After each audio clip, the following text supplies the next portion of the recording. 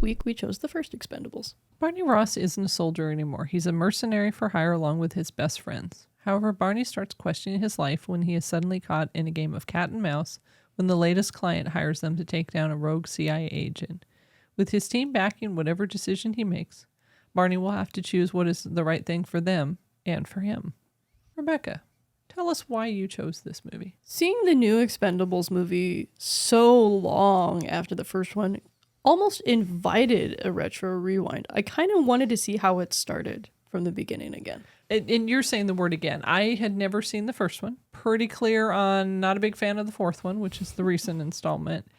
I wanted to give it a shot. I wanted to learn about it. I understood that, I don't know much about it. You had seen it in the theater originally, correct? That's correct. Every Expendables movie I've seen is in initial release within the first 2 weekends of its premiere. Okay. And it's fair to say, I haven't seen it. I want to get the foundation. That way I'll either fall in love with the characters or I will wonder why I'm there. That's a good way to put it. There's also a lot of running jokes that kind of pepper throughout the franchise, and there is character growth.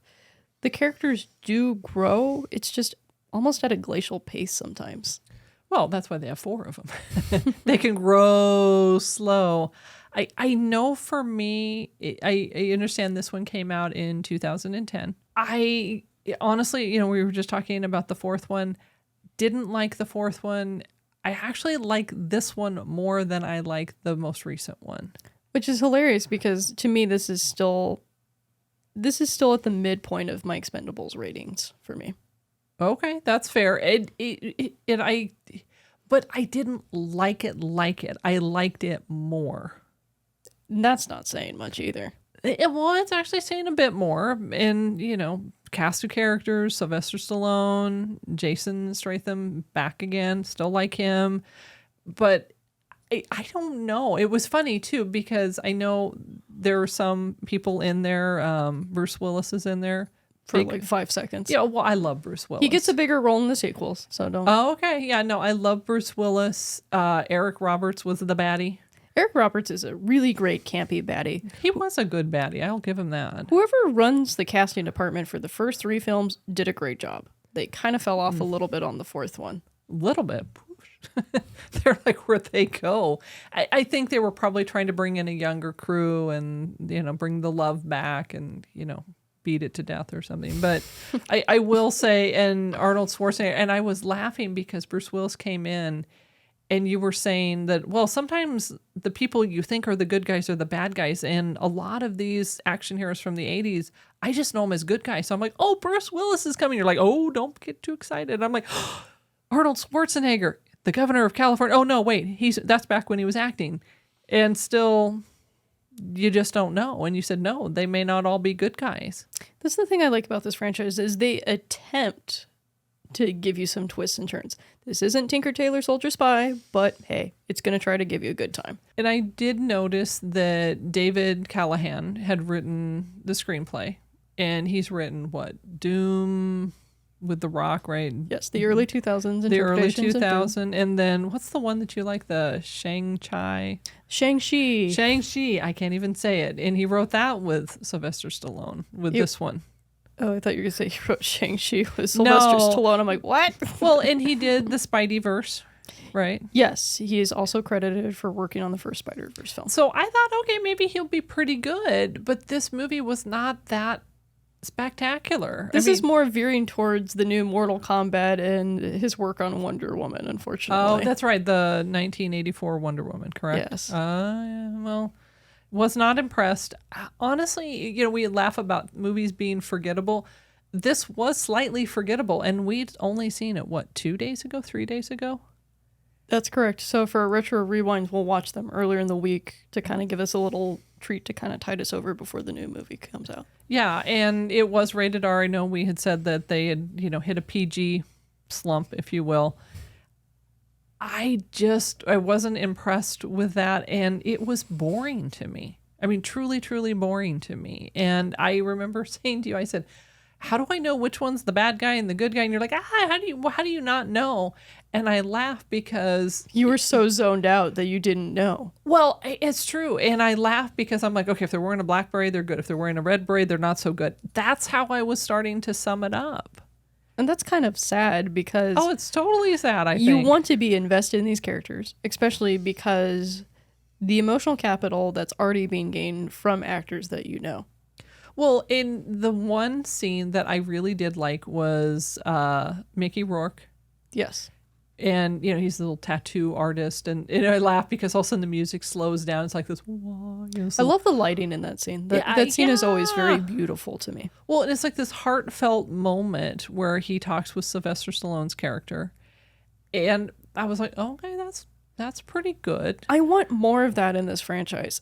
It doesn't have to be all serious all the time, but I do want to feel with the characters. I do want to kind of join myself on their journeys and want to take that with them. Well, and they could have done more. I think that was the disappointing piece to me. It's like, oh, they can do this, and then gone. And then they never did it again. It's just this random anomaly. I think, if I remember correctly, that's Mickey Rourke's only appearance in this franchise. I believe that is correct. And you said, Bruce Willis shows up in the other ones, and that would mean I would need to see the other ones to see Bruce Willis. And I kind of go, ooh. Well, you got to see Chuck Norris making a Chuck Norris joke about Chuck Norris. Right. Oh, that's so beautiful, though. Oh, man. That's well, great. and then I laugh because it's like, oh, you should see one so you know what's going on. And then it's like, oh, you should watch the other ones. They're better. I'm like, they are so much better. Well, that's so relative. I don't believe you now. I don't believe the box. The box was like, yeah, we should go see it. Janet, me go see it. I'm like, I think I'm getting taunted. I think I think there's like little side bets of like, do you think she'll go see it? And if she does, what will she think about it? It's not like Mission Impossible where the quality it keeps just astronomically jumping. That's huge. That's a good comparison. I appreciate that. But it is noticeable. The characters do have growth arcs. Sure. And they still kind of talk about things that they've experienced in the previous films. In fact, in the newest film, they mentioned this first movie, which is why I'm really glad you saw it. And there's also a joke that got carried through, too. But I don't know if the payoff was as good for me. But I did hear people, they laugh, they like it. And I think that's great. It made money. Oh, serious money. Serious I was money. amazed the amount of money that this film made considering the critical backlash that it received upon release. Well, and the concept is not a terrible one, which is, bring together, all these people from the 80s, all these people, maybe early 90s, Mel Gibson and, all these people that people know. Mel Gibson's in I want to say the third one. Okay, that's fair. But, within the franchise. And I'm like, okay, people we don't see for a while. And I think people were getting on board with that. And they're like, oh, that's really cool. Sylvester Stallone, all of his buddies, this is good.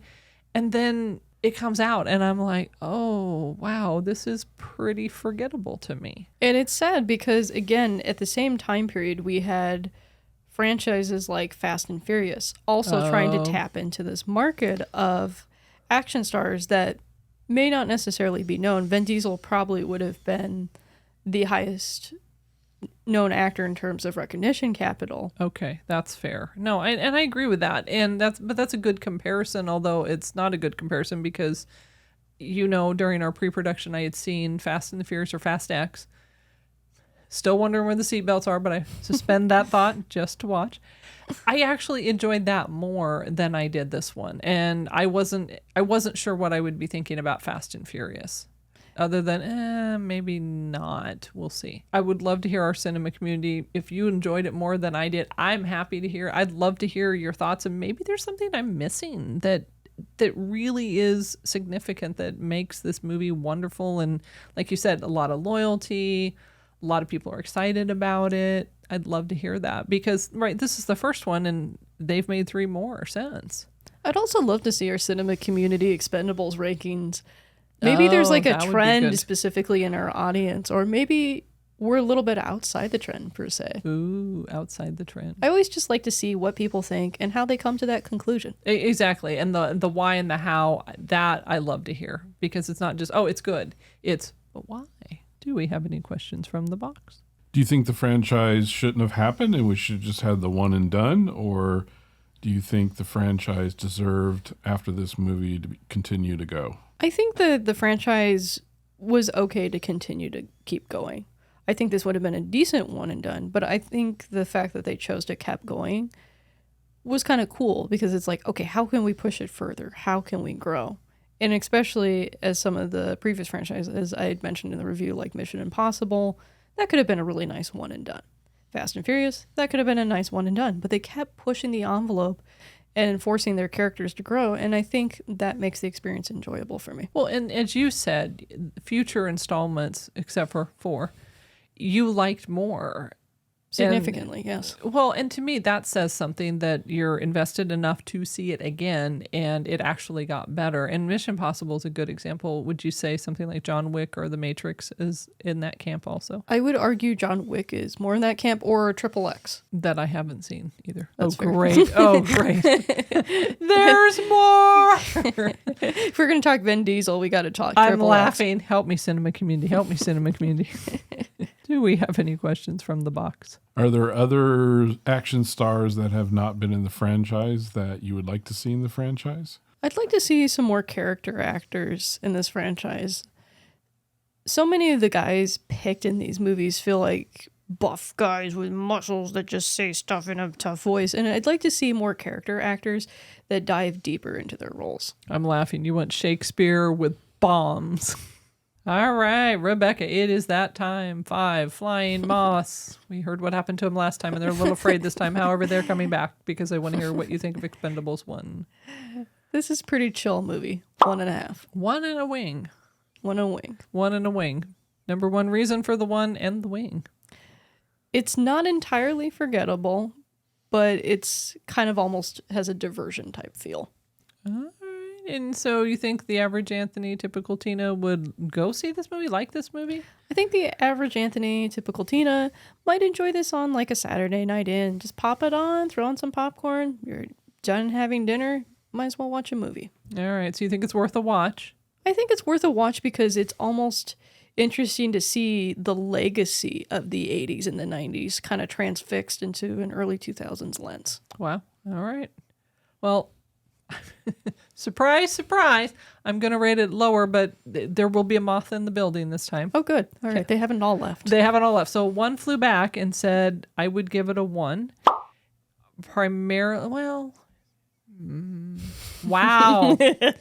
My moths are conspiring. All right. Let me do this. All right. I would say a 1 and a wing. Okay. But for different reasons. All right. 1 and a wing because the cast, I did like the cast. And obviously Bruce Willis is, someone that I just think is wonderful. So Bruce Willis, although I'm not a big fan of Sylvester Stallone, I do believe the idea for the movie was pretty creative. And do you feel like it succeeded in that idea? Ooh. Well, I'm trying to. It had a good idea. That's about where I left it. Okay. It was a good idea for what it was out of the gate, 2010, right? Going back in the day, I think he was reasonably successful. Am I going to rewatch it? In my mind, is it worth a watch? I would think, like you said, maybe a date night, or it has a feeling that it might be kind of back what you were saying about the retirement community. It's like, yeah, it's a date night movie if you're, making out in the back row. To me, that might be a little bit more exciting than the movie. Making out is definitely probably more exciting. Yeah, I know. Especially from this movie, right? I'm like, oh, yeah, I'm here.